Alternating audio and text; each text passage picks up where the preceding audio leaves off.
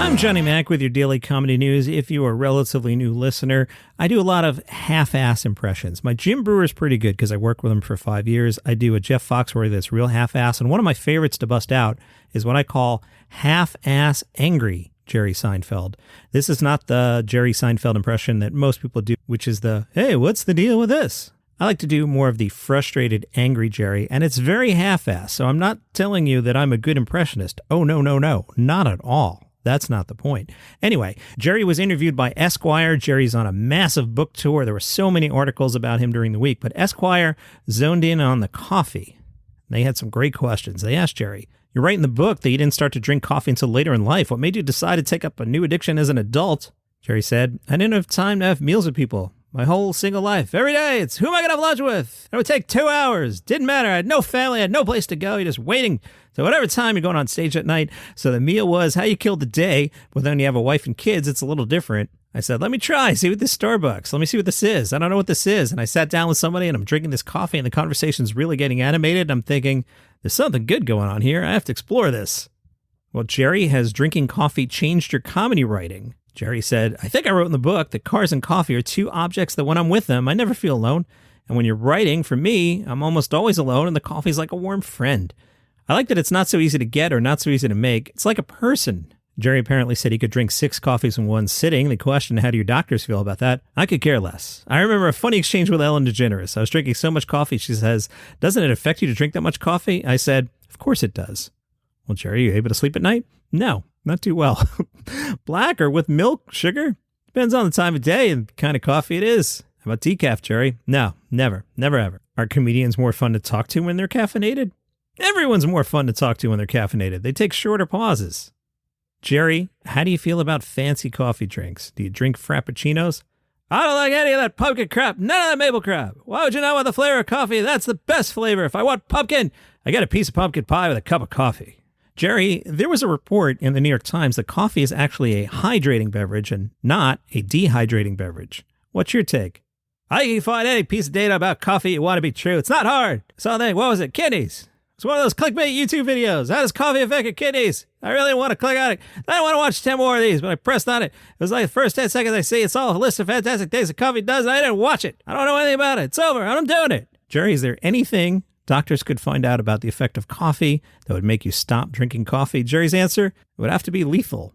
Great article in the Laugh Button with Ari Shaffir. I shared this in the Facebook group, Daily Comedy News Podcast group. Ari really got into the details of not putting your special on, say, Netflix or Amazon or one of those. As for his current special, Ari said his decision to have it center around one single theme came from visits to the Edinburgh Comedy Festival. He said, that was my version of the Beatles going to India, where they took what they learned in India and applied it to rock and roll. He released his special Jew directly to YouTube for free. And he said, YouTube gets it. They let you do what you want to do. They know what irony is, and they know what non-literal is. What's pulsing through my head right now is the media. It's about how everybody should stop going on social media. It's about how everybody should stop reading the news immediately. They should get off these platforms that are just making us angry at each other. It's making us care about things we never really cared about. It's against our will, making us hate our brothers, our friends, and we never really signed up for that. Will his next special have a theme? I'm worn out from thinking about a theme for 5.5 years. If I had to guess, my next theme will be kind of understated rather than overstated. So his problem with larger platforms, he said of his previous special, they made me lose my closer 2 weeks before I filmed. Apparently the joke in question was cut because it violated the rules about jokes not being too lewd. Ari said, these rules are made not to ostracize the type of people who would never come to my shows, so why would I change what I do for somebody who wouldn't even be watching me? Fear explains that a comedian often has to sign a morality clause to ensure that if they act inappropriately in public, the distributor has the right to cut the cord on their special. But Shaffir says in practice, it's a vague thing. It's like if people start not liking you, we reserve the right to just delete your artwork.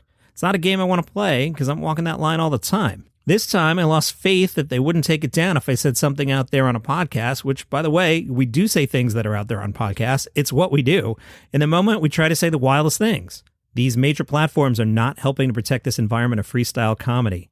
Vanyaland caught up with Dion Cole about his current special, and he said, "Something from the heart. It took me over 2 years to write and put together. Everything I do is out of love, and I hope people recognize that and notice that we take our time with these things, and as simple as it might look and seem, it's really not. It takes time to talk about something that no one is talking about in the way you would like to talk about it.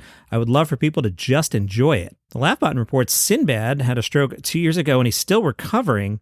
He's struggling to walk, and he is mounting medical bills. The blood clot traveled from his heart to his brain. He was rushed into surgery at the West Hills Medical Center. The immediate prognosis was promising. Then the next day, another clot formed, and he had surgery again. That one took more out of the comedian. He eventually found himself placed into a medically induced coma and on a ventilator. Tig Notaro talked to Forbes about taking risks, and she said, "I'm terrified each time I do comedy. Make no mistake, I was terrified to announce I had cancer and take my shirt off on HBO. Her approach to risk-taking is picture yourself on an island. That's how I think of it. You're on an island and running out of resources, and there's a raft that's starting to move away. It's probably worth it to make the leap, see if you land on the raft, because if you stay on the island, then there's nothing going on." She said plenty of material fall flat with audiences, but says it feels so much better to try new material than do the same over and over for years and years. That makes you feel dead inside. If new material bombs, you still feel more alive than doing the old stuff forever. From Al Jazeera, your home for comedy news, Qatari stand-up comedian Hamad Al-Amari believes the World Cup is an opportunity to showcase the country's rich culture to the world. Hamad said, "Growing up, we played football barefoot. That's what we did as kids. Football is the most watched sport, participated sport in the country. I'm loving this world." Al-Amari speaks English with an Irish lilt, having lived in Ireland for many years. He's unfazed by the criticism leveled at Qatar and said, "I don't think any other country has been exposed to the things Qatar has been exposed to in the media. It's fine. We're doing it anyway. It's happening. It's our responsibility as Qataris to showcase our culture and bring people in. It's exactly what we're doing." Eric Idle was on Kara Swisher's podcast, fired a shot across Bill Maher's bow and said, "I didn't like it when Bill Maher complained about the audience for not laughing. They're telling you they don't find it funny. You shouldn't moan about the audience. There's nothing wrong with the audience. If they don't laugh at your jokes, there's something wrong with your joke." So I'm not terribly sympathetic to that sort of attitude, to be honest. That's your comedy news for today. Follow the show for free on Apple Podcasts or Spotify. There's an audio version on YouTube. See you tomorrow.